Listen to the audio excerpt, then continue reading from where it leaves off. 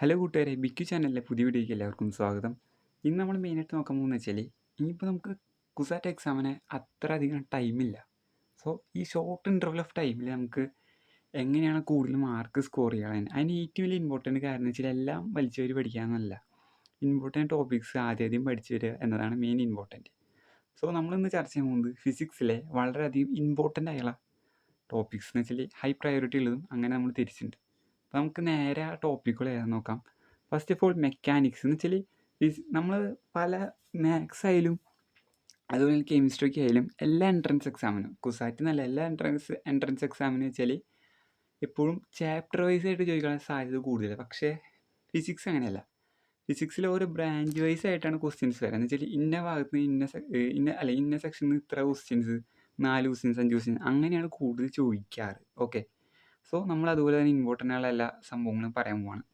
അതിൽ ഓരോ സെക്ഷനിൽ ഏതാണ് കൂടുതൽ ഇമ്പോർട്ടൻ്റ് നമ്മൾ സംസാരിക്കുന്നുണ്ട്. ഫസ്റ്റ് ഓഫ് ഓൾ മെക്കാനിക്സ് വരാച്ചെങ്കിൽ നമുക്ക് മെയിനായിട്ട് വർക്ക് എനർജി പവർ അത് വളരെയധികം ഇമ്പോർട്ടൻ്റ് ആണ്. കാരണം അതിൽ ലൈക്ക് ഇപ്പോൾ വളരെ സിമ്പിളായിട്ട് കുറച്ച് ഇക്വേഷൻസ് ഉണ്ട്. Like kinetic energy equal to p²/2 എന്ന്. അപ്പോൾ നമുക്ക് കുറച്ച് ബോഡീസ് തരും, അത് കമ്പയർ ചെയ്യുക, അങ്ങനത്തെ കുറച്ച് ക്വസ്റ്റ്യൻസ് കാണാം.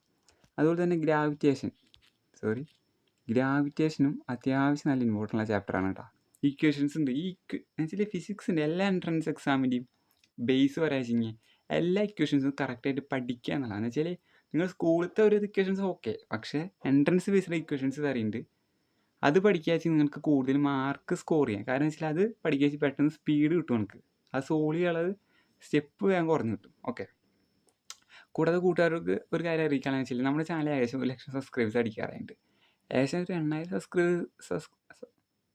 സബ്സ്ക്രൈബേഴ്സ് ഷോർട്ട് ഉണ്ട്. അപ്പം കൂട്ടുകാരെല്ലാവരും സബ്സ്ക്രൈബ് ചെയ്ത് സപ്പോർട്ട് ചെയ്യിച്ച് നമുക്ക് എത്രയും പെട്ടെന്ന് 1,00,000 അടിക്കാൻ പറ്റുമെന്ന് വിശ്വസിക്കുന്നു. അപ്പോൾ കൂട്ടുകാരെല്ലാവരും ഷെയർ ചെയ്യുക, മാക്സിമം സബ്സ്ക്രൈബ് ചെയ്യാത്തുണ്ടെങ്കിൽ എല്ലാവരും സബ്സ്ക്രൈബ് ചെയ്യുക.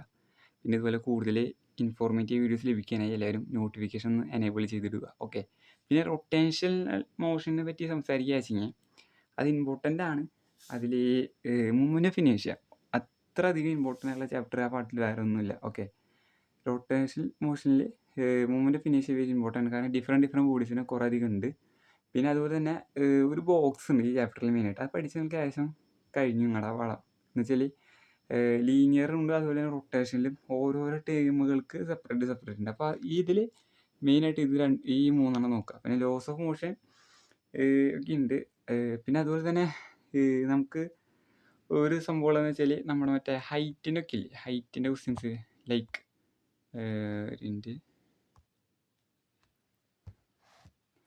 മറ്റേന്ന് വെച്ചാൽ മാക്സിമം ഹൈറ്റ്, ഹൊറിസോണ്ടൽ റേഞ്ച്, പിന്നെ ടൈം ഓഫ് ഫ്ലൈറ്റ്, അതൊക്കെ ആ 3 ഇക്വേഷൻസ് വളരെയധികം ഇമ്പോർട്ടൻ്റ് ആണ്. നിങ്ങൾ എന്തായാലും കുസാറ്റ് എക്സാം പഠിച്ച് കഴിഞ്ഞാൽ ആ 3 ഇക്വേഷൻസ് നോക്കിയോ.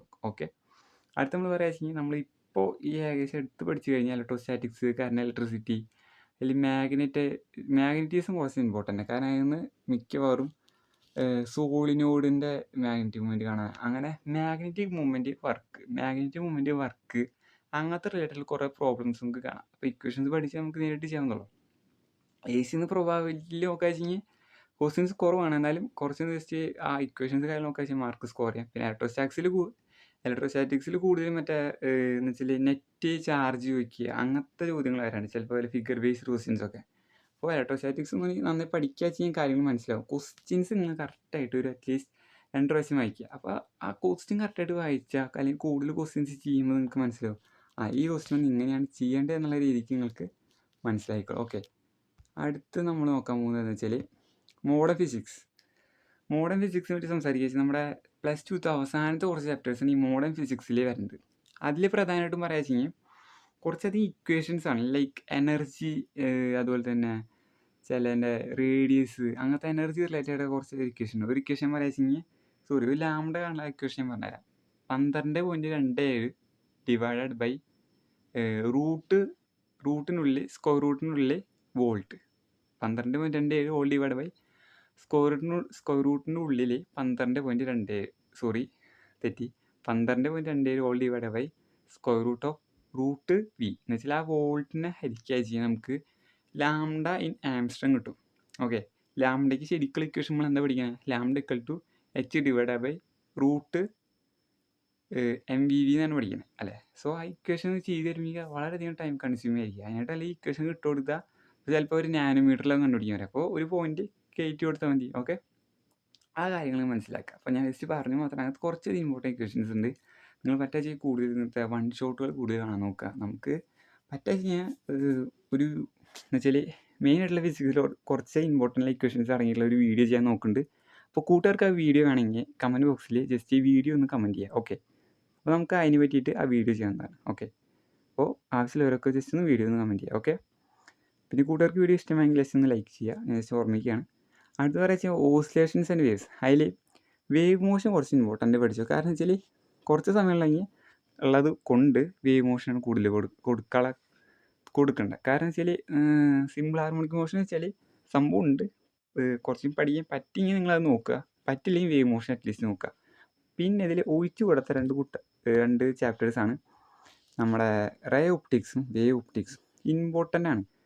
ഓക്കെ, ഇമ്പോർട്ടൻ്റ് പറഞ്ഞാൽ പക്ക ക്വസ്റ്റ്യൻസ് എന്ന് ഉറപ്പാണ്. അത് നിങ്ങളെന്ന് വെച്ചാൽ നിങ്ങൾ സ്കൂളത്തെ ക്വസ്റ്റ്യൻസ് ചെയ്തോ, അപ്പോൾ നിങ്ങൾക്ക് നല്ലേക്ക് ഇമ്പ്രൂവ് ഉണ്ടാവും. അതുപോലെ തന്നെ കുറച്ച് പ്രീവിയസ് ചെയ്യുക. അതിപ്പോൾ കുസാറ്റിൻ്റെ പ്രീവിയസൊന്നും കിട്ടില്ല അങ്ങനെ. ഓക്കെ, കിട്ടും. അതിനായിട്ട് ഇടങ്ങാറാവാനായിട്ട് നല്ലത് നിങ്ങൾ പറയാ വെച്ച് കഴിഞ്ഞാൽ കീമിൻ്റെ PYQs തന്നെ ജസ്റ്റ് സോൾവ് ചെയ്യുക. അതൊക്കെ ഇഷ്ടംപോലെ മെറ്റീരിയൽ അവൈലബിൾ. അത് സോൾവ് ചെയ്താൽ തന്നെ അത് ഓക്കെയാണ്. പിന്നെ പറയുന്നത് തെർമോഡൈനാമിക്സ്. അത് പറയാ വെച്ച് കഴിഞ്ഞാൽ ഇപ്പോൾ ടൈമില്ല, കുറച്ചും കൂടി പഠിച്ച് മാർക്ക് മേടിക്കുന്ന ആഗ്രഹം ഉണ്ടെങ്കിൽ നിങ്ങൾക്ക് നോക്കാം. അല്ലെങ്കിൽ ഒരിക്കലും നിർബന്ധിക്കില്ല. കാരണം വെച്ചാൽ അത് നിങ്ങൾ കുറച്ചും കൂടി കാര്യങ്ങൾ മനസ്സിലാക്കുന്നുണ്ട്. അത് മനസ്സിലാക്കാതെ അവസാന സമയത്ത് പഠിച്ചാൽ എല്ലാം കൂടി കൊള്ളാൻ സാധ്യതയുണ്ട്. അപ്പോൾ നിങ്ങൾ ബാക്കി സമയം കുറച്ചും കൂടി മാർക്കിലാണ്ട് സ്കോർ ചെയ്യണമെങ്കിൽ മാത്രം പഠിക്കുക. ആദ്യം നമ്മൾ ഹൈലൈറ്റ് ഉള്ള കാര്യങ്ങളൊക്കെ പഠിക്കുക. അങ്ങനെ ഓരോന്ന് പിന്നെ അതിൽ മോഡേൺ ഫിസിക്സിൽ ഫോട്ടോലിറ്റർ എഫക്റ്റ് കുറച്ച് ഇമ്പോർട്ടൻ്റ് ആട്ടോ. അതിനെ പറ്റിയിട്ട് മറ്റേ നമ്മുടെ ന്യൂട്ടൺസിൻ്റെ ആ ഇമ്പോർട്ടൻ്റ് ഇക്വേഷനാണ്. എന്ന് വെച്ചാൽ half m² - h nu - h nu 0. അത് വെരി ഇമ്പോർട്ടൻ്റ് ആണ്. എന്തെങ്കിലും ക്വസ്റ്റ്യൻ ഉറപ്പ് ചിലപ്പോൾ നല്ല സിമ്പിൾ ക്വസ്റ്റ്യൻ ആയിരിക്കും. ഓക്കെ, അപ്പോൾ തെറ്റിക്കരുത്. അപ്പോൾ ഇതൊക്കെയാണ് മെയിനായിട്ട് പറയാൻ ചില ഇമ്പോർട്ടൻ്റ് കണ്ടൻസ് ഫിസിക്സിൽ. അപ്പോൾ നമ്മൾ ഓൾറെഡി മാത്സിൻ്റെ ഇമ്പോർട്ടൻ്റ് കണ്ടൻസിന് പറ്റിയൊരു വീഡിയോ ചെയ്തു. അപ്പോൾ കൂട്ടുകാർ കണ്ടിട്ടില്ല, എന്തെങ്കിലും വാച്ച് ചെയ്യുക. അവസാനമായിട്ട് പറയുകയാണ്, നിങ്ങൾക്ക് ഇതിനെ പറ്റി എല്ലാ ഇമ്പോർട്ടൻ്റ് ഇക്വേഷൻ്റെ വീഡിയോ ചെയ്യണമെങ്കിൽ എല്ലാവരും വീഡിയോയുടെ താഴെ കമൻറ്റ് ബോക്സിൽ വീഡിയോ വെച്ച് കമൻറ്റ് ചെയ്യാം. ഓക്കെ, അപ്പോൾ കൂട്ടുകാർക്ക് വീഡിയോ ഇഷ്ടമെങ്കിൽ ലൈക്ക് ചെയ്യുക. പിന്നെ ഈ ചാനൽ സബ്സ്ക്രൈബ് ചെയ്യുക. പിന്നെ ഇതുപോലെ കൂടുതൽ ഇൻഫോർമേറ്റീവ് വീഡിയോസ് ലഭിക്കണമെങ്കിൽ പിന്നെ ജസ്റ്റ് ആ നോട്ടിഫിക്കേഷൻ എനേബിൾ ചെയ്യുക. Okay, thank you.